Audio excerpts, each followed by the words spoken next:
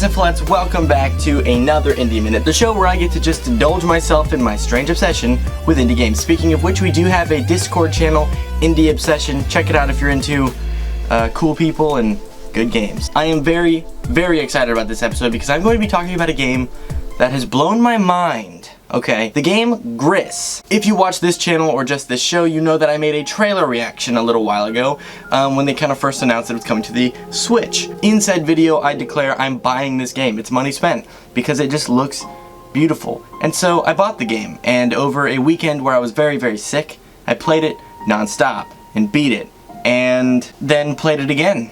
And I'm now going through and double-checking collectibles, and then I'll probably play it again.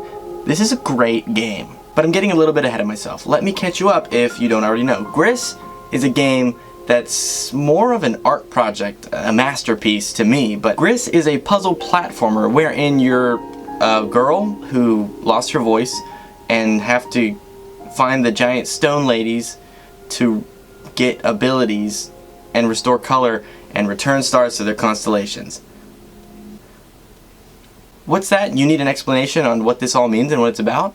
Can't help you. It's very mysterious, which I like. It makes it feel like the world is bigger than it probably really is because there's a lot of questions, which makes you think there's probably a lot of answers, which makes you think there's a lot going on. I'd call it a pro, that there's a little bit of ambiguity to it. Let's get into some pros and cons. So the pros of this game are pretty obvious. It is gorgeous. It's so well made. The whole thing has this hand-drawn look to it, and the colors are integrated into the gameplay in a way that just makes the colors feel more colorful, if that makes sense. They feel more important, and that makes them feel vibrant. Now, okay, is this the most beautiful game I've ever played in my life?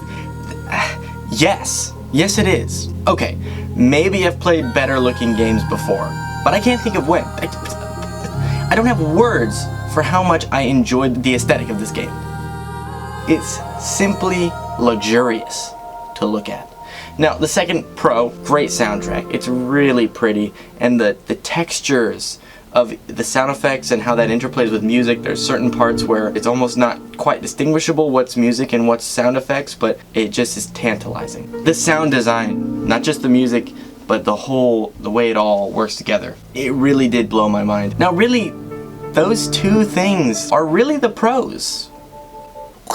It's just aesthetic. That's what this game is. It's just great to look at and to hear, and it's just your senses tingle. But there are a few cons, and I'll be upfront with you. To me, these aren't really cons so much as they're just things that weren't the focus, and for some they may be turnoffs to the game as a whole. So for one, it was very short. Like I said, I played the entirety of the game through one weekend. Now, I only got about half of the extra credit collectible items, so I'm going through to get those now, and it's fun to play again. I've gone through most of the levels a second time. It is very short. There's not a ton of replay value beyond the collectibles, and honestly, a lot of that time is spent traveling. I think in all 4 or 5 levels, there's at least a 1 minute, solid minute section of just travel. And these are clearly in the game so that you can just take in the scenery. They all have this beautiful slow pan or these, creatures in the background, but there is a lot of travel. I feel like it is comparable to, say, a Breath of the Wild, where you have these,